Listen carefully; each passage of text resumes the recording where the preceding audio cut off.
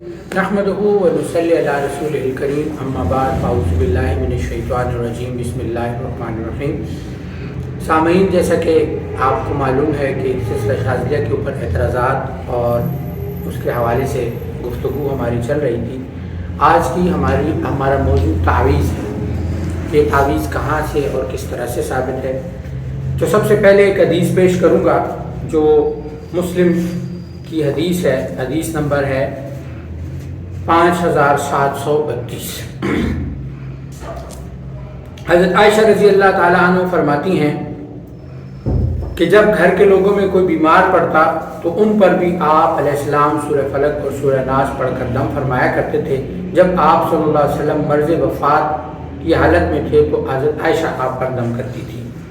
फूंकने और दम करने को हदीस में रुक़या और राह पर पेश से ताबीर किया गया है और सरहतन आपकी इससे इजाज़त साबित है। हज़रत औफ बिन मालिक रज़ी अल्लाह ताला अन्हु से रावी हैं कि हम लोग ज़माने जाहिलियत में झाड़ फूंक करते थे। हमने रसूल सल्लल्लाहु अलैहि वसल्लम से इसके बारे में दरियाफ्त किया। आपने फरमाया मुझ पर पेश करो, अगर इसमें कोई मुशरिकाना बात न हो तो इस पर कोई हर्ज नहीं। जब बराह रास्त झाड़ फूंक की इजाज़त है तो अगर पानी पर दम किया जाए और इस पर मरीज़ को पिलाया जाए या तेल पर दम किया जाए, इससे जिस्म की मालिश की जाए तो यकीनन दुरुस्त होनी चाहिए। ये सूरत के किसी बर्तन पर कुरान मजीद की आयत, दुआ, ज़ाफ़रान या किसी शय से लिखी जाए और उसे धोकर पिलाया जाए साबित है। अल्लामा इब्न तैमिया हज़रत अब्दुल्ला बिन अब्बास से एक तवील दुआ नकल की जिसकी इब्तिदा बिस्मिल्लाहि ला इलाहा इल्लल्लाहुल अलीमुल करीम सुब्हानल्लाहि रब्बिल अर्शिल अज़ीम अल्हम्दुलिल्लाहि रब्बिल आलमीन। हदीस इब्न अब्बास रज़ी अल्लाह ताला अन्हु मुस्लिमा उसमें जो है ये मुस्लिम की हदीस है और हदीस नंबर है 2730। ये तमाम नंबर और हदीस के मैं इसलिए अर्ज़ कर रहा हूँ और देख के इसलिए भी कि गलती का कोई इम्कान न रहे और साथ में जो है वो ये भी बात हो कि कोई ये ना कहे कि ये चीज़ अपनी तरफ से, और उसको आप किताब में मुस्नद किताब से जाकर भी पढ़ सकते हैं। बाज़ हज़रात की राय है कि तावीज़ लिख कर गले में लटकाना, बाजू या किसी और जगह पर बांधना जायज़ नहीं। ये कौल मंसूब है अब्दुल्ला बिन मसूद रज़ी अल्लाह ताला अन्हु, अब्दुल्ला बिन अब्बास रज़ी अल्लाह ताला अन्हु और हज़रत हुज़ैफ़ा और ताबईन में से इब्राहीम नख़वी के इस्माई ग्रामी नुमायाँ हैं। दूसरी राय इसके जायज़ होने की है बशर्तिया के मुशरिकाना कलिमात से खाली हो। ये मंसूब है चुनांचे हज़रत अब्दुल्ला बिन उमर बिन आस रज़ी अल्लाह ताला अन्हु अपने बच्चों को ये दुआ बाज़ाब्ता याद दिलाते थे और जो इनमें से बड़े नहीं थे इनके लिए दुआ लिखकर इनको पहना देते थे। अब सवाल ये पैदा होता है कि अगर तावीज़ शिर्क है तो फिर बच्चों को भी क्यों पहनाया जाता था, क्योंकि शिर्क के लिए फिर कोई वो हुज्जत नहीं रह जाती।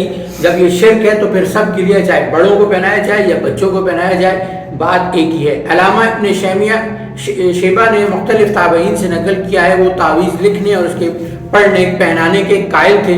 मशहूर मुहद्दिस सईद बिन मुसैब से नकल करते हैं कि अगर चमड़े पर लिखा जाए तो कोई हर्ज नहीं। तीसरी राय तावीज़ के बारे में तवक़्क़ुफ़ है। माजी करीब में शेख मोहम्मद बिन साले ने ये राय इख्तियार की है।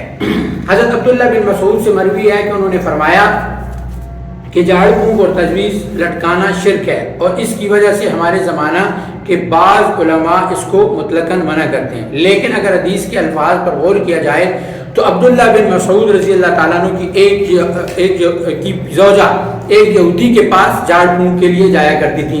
इसी बाबत हज़रत अब्दुल्ला बिन मसूद ने ये तनबीह फरमाई थी। जैसे कि नबी करीम सल्लल्लाहु अलैहि वसल्लम का दूसरा इरशाद हमने पीछे पढ़ा सुना कि वो जायज़ है जिसमें शिर्क ना हो। तो एक खातून जब जा रही हैं यहूदी के पास तो यहूदी के पास तो शिरकाने कलमात लाजमन होंगे, इसलिए आप रज़ी अल्लाह ताला अन्हु का मंशा गैर मुस्लिमों के पास झाड़ फूंक कराने या उनसे तावीज़ लिखने की ममानियत था, क्योंकि इनसे इलाज कराने में इसी बात का कभी अंदेशा है कि मुशरिकाना कलिमात का इस्तेमाल करते होंगे।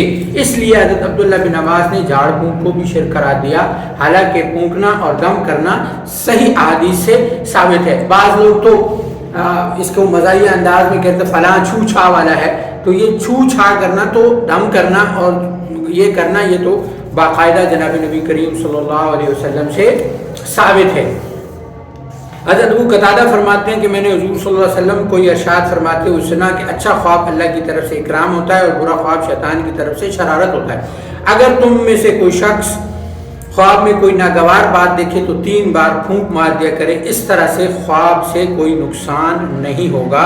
یہ بھی بخاری کی حدیث ہے اور حدیث نمبر ہے 7044۔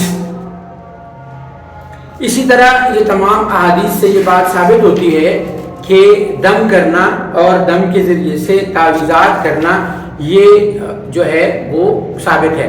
ایک اور روایت ہے، ام المومنین حضرت عائشہ فرماتی ہیں کہ تعویذ وہ نہیں جو مصیبت کے وقت نازل ہونے کے بعد لٹکایا جائے، کہ بلکہ تعویذ وہ ہے جو مصیبت سے پہلے لٹکایا جائے۔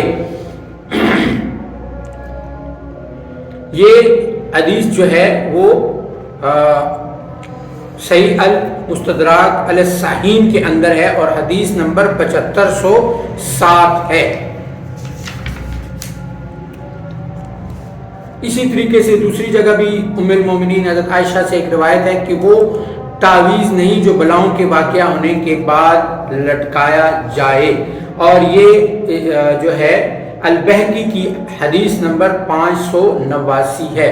حضرت جعفر اپنے والد سے روایت کرتے ہیں کہ ان کے والد چمڑے میں قرآنی آیات پر مشتمل تعویذ لکھ کر لٹکاتے تھے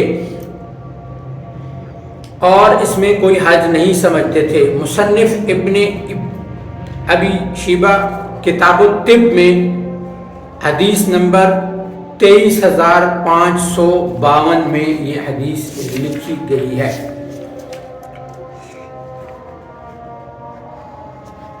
اسی طریقے سے ابو اسما فرماتے ہیں کہ میں نے سعید بن المسیب رضی اللہ تعالیٰ سے تعویذ کے بارے میں پوچھا تو انہوں نے جواب دیا تعویذ میں کوئی حرج نہیں جبکہ وہ چمڑے کے غلاف کے اندر ہو۔ یہ بھی ابن ابی شیبہ کی حدیث نمبر 23550 ہے۔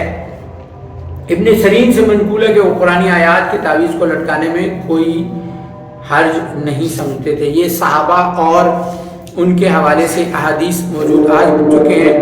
اگلی ویڈیو کے اندر ہم آئمہ عربہ اس کے بارے میں کیا کہتے ہیں وہ بتائیں گے۔ دعاؤں میں یاد رکھیے گا۔ السلام علیکم۔